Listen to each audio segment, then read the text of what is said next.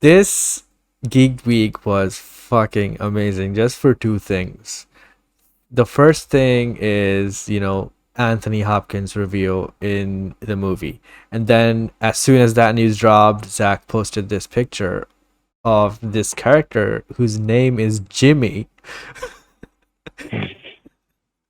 And a movie with people whose names are Blood Axe and Cora and Harmata, and we get a robot named Jimmy. yep. It's just And Sir Anthony funny. Hopkins is playing that character. He's voicing that Absolutely. character. So it's kind of funny. And apparently this droid or robot, whatever, is actually he once defended the once slain king. So this dude has seen some shit. And to have a better look, there's an enhanced image here that shows kind of the design of the mask or the headpiece or whatever, and then the hand is painted in blue, so there might be some invisible hand or holograph hand going on here, which would be very interesting. And there's a chest plate, and you see some elements in there as well. So it's a pretty fucking cool design. Like, what can I say? A robot wearing tribal, horns and stuff like skull, and stuff like that is really cool to see. Like when I first saw that news of him, voicing that character and the description that was given, I was thinking more like C3PO, but a little more buffed and stuff like that. But this guy is completely different from what I was expecting. Like who would expect this? Like this is absolutely crazy. But I love this look, dude. It's absolutely nuts. And what do you think of it? First off, I'm so excited to see Anthony Hopkins. First off, working with Zach, because I mean, like, the thing with Rebel Moon is that with Zach's movies, he always tries to get like some really prestigious actors into his movies, whether it's like Russell Crowe, Kevin Costner, and Kerry Hines, and guys like that. And Rebel Moon, I was like, oh wow, I mean, Charlie Hunnam and Carrie Elways, and they're fantastic actors. They're not like a Shakespearean type of actor. You know what I Hmm. mean? But with someone like Anthony Hopkins, I was like, all right, we got some Doctor Hannibal Lecter action in here. I love it. so, I mean, so he I was in Transformers, so I wouldn't count yeah, this past him. that's true. Well, Transformers and Bad Company. That's a horrible film. It's Anthony Hopkins trying to do the goofy comedy with Bad Company, which I mean he tries, but yeah. But aside from that, it's awesome to see him, working with Zach, and yeah, the design looks awesome. Like, because Anthony Hopkins has a pretty epic voice. Like, it's one of those voices that you feel like you're going to gain a whole lot of wisdom just hearing his voice. So I can see his voice coming out of something like that. Like, I'm Yep, waiting for somebody to do kind of like an edit and just putting like Silence of the Lambs dialogue just with that photo right there. that's a good like idea. what? I might be the one doing Yeah, that. oh, dude, you got to put one of him just kind of going like, "What did they see, Clarice? What did they see?" Yeah, it will be really cool. Dude, Oh this yeah, cast has been, amazing. Um every announcement has been really big. There's just one drawback here. That was Rupert Friend. He was cast and then he was dropped, and then I saw Obi-Wan and I was really happy about that. So is he bad on the show? Because I mean, like I've only seen him oh, in him in Hitman Agent 47, and I was like, oh, he's fine in it. I've only seen him in that as well, and I just hated that movie because it was So so it's not a Hitman. horrible movie. Yeah, but he was all right. But here in Yeah. Obi-Wan, it was, oh yeah. So you feel like we got an upgrade going from him Oh, absolutely. Ed Screen. to Ajax from Yep, yeah, from Deadpool. yep, yep. Absolutely, man. He's fantastic. He's always the go-to, it seems, the replacement. Previously, also he was in talks with the replacement, and then he dropped down because of some character issue, right? Yeah, I remember. Well, he was originally cast in Hellboy, and Right, I remember he dropped out. He dropped out of that because the character was written to be an Asian. It was written to be Asian, and right, he's right, right. obviously not. So he's like, I'm gonna give. He's like, I'm out of this. Which I get major props for Yeah, that. So yeah. So it does feel like yeah, he's always kind of like the go-to. He's kind of like the mechanic. Well, I mean, literally, he did put one. No, he was a transporter, not a mechanic. But he's kind of like the mechanic where he gets called in to fix things, basically. yeah. Like he's a fixer. But he's really cool. Like I enjoyed his role in that. I also saw him in another movie that I'm not currently remembering. But he was great in that as well. So I'm really hyped for this cast.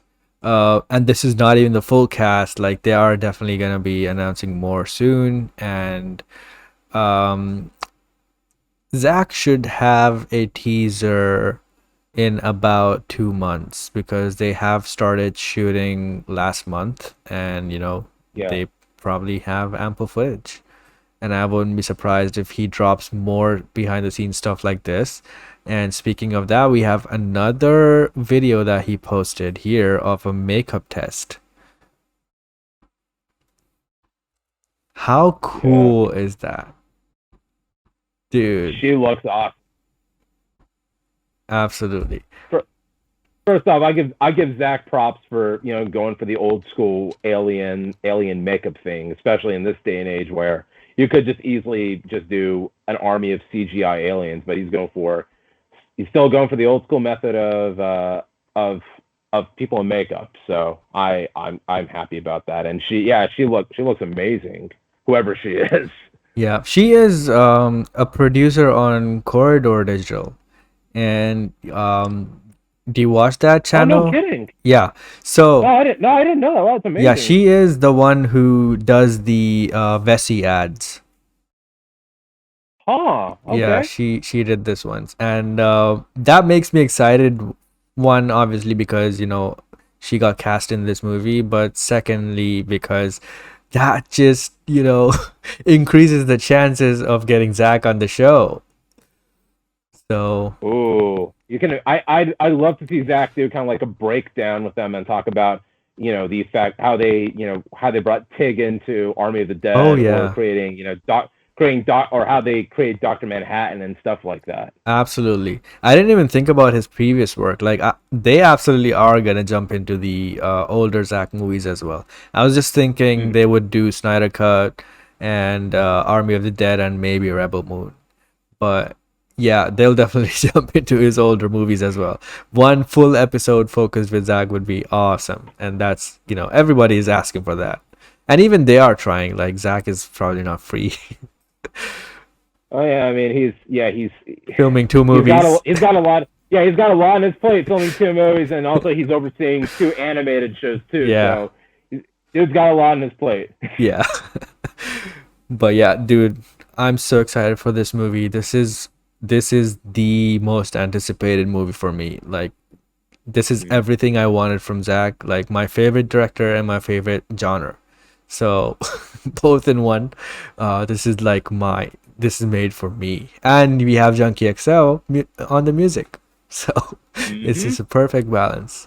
Um And yeah, absolutely, man. And the fact is, it's him at Netflix, which they're letting him do whatever he wants to do with no compromises or anything like that. I mean, you see Army of the Dead, and you clearly he didn't have to fight over any story element with them regarding that film. So he's free to do whatever he wants, and I couldn't be happier. I can't wait to see him tackle on the go back to sci-fi, pure sci-fi, yeah. and with this crew. The only thing I want is this better get a theatrical release like Army of the Dead did. Oh yeah, dude, and worldwide. Army of the Dead didn't get a worldwide release. Like it was only for It 1 week. didn't? No, it did not.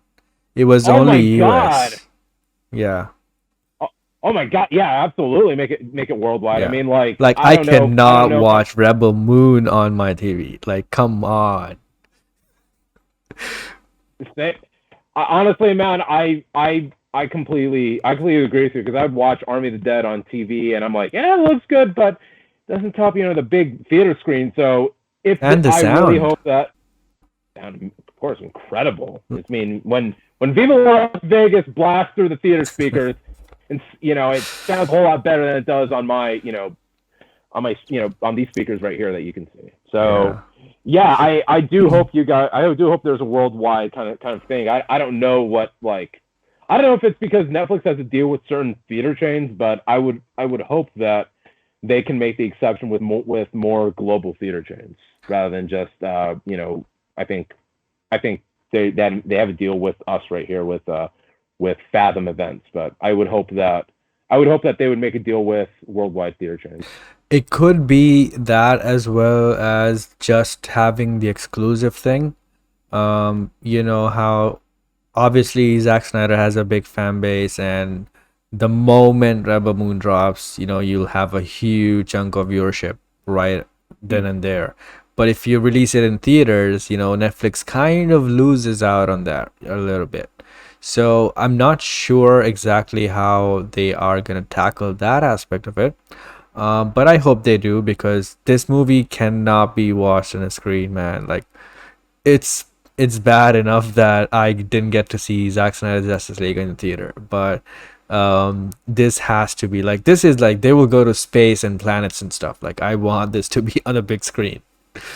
Yeah, absolutely. It's a grand story that should be seen on a grand screen. Like, I would argue that this shouldn't be for just standard movie screens. This should be for an IMAX Yep, IMAX presentation. yep, and especially because look, this is kind of what Star Wars is for Zack, right? So he wants this Hmm. movie to be his Star Wars, and obviously a big, big part of Star Wars is the sound. The sound design is always, iconic, and I'm pretty sure Zack will try to create an iconic sound design for this movie as well. So I want that big sound to be, my first experience with it to be in a theater. Absolutely, man. Same. Fingers crossed. Whenever we'll hear more news Yep. whenever this drops. Yeah. I mean, he tried to do the theatrical thing for Zack Snyder's Justice League, but couldn't do it, so he did a private screening. But I'm sure he would want to do this as, a theatrical release first as well, because, um, look, he's trying to create a franchise here, so Netflix kind of has to listen. So Mm. he has to. I mean, at least for 30 days. So, and it has been proven that, the movies are doing better on streaming once they are released in theater. Even the Batman did that, Spider-Man also did that. So they are doing better on streaming once they release in theater. So it's not like they are Yeah. losing out a bunch. No, not at all. And I feel like the whole kind of like theater versus streaming thing. I feel like that should be seen as kind of like an option of viewing it in the same way that people listen to their albums either through like a music streaming service or through vinyl. Yeah, And I feel like that's kind of like how they should kind of go for that approach I personally. completely agree. Yeah. So even if it's day and date, I wouldn't mind. Like if you I are would. dropping it on Netflix the same day as theaters, I wouldn't mind at all. I just want the option of going to the theater. But yeah. You and me both, buddy. I mean, and like not every, and I'm not saying every Netflix movie has to do Yeah. that. Like for me, during the HBO Max day and date thing, I didn't watch like Space Jam 2 or Malignant in theaters. I watched them on HBO Max. Well, first off, thank God I didn't pay money for Space Jam 2. But, but the point is though, like it's nice to have those types of options, and I think that's kind of like I feel like your best of both worlds type of scenario. Yep.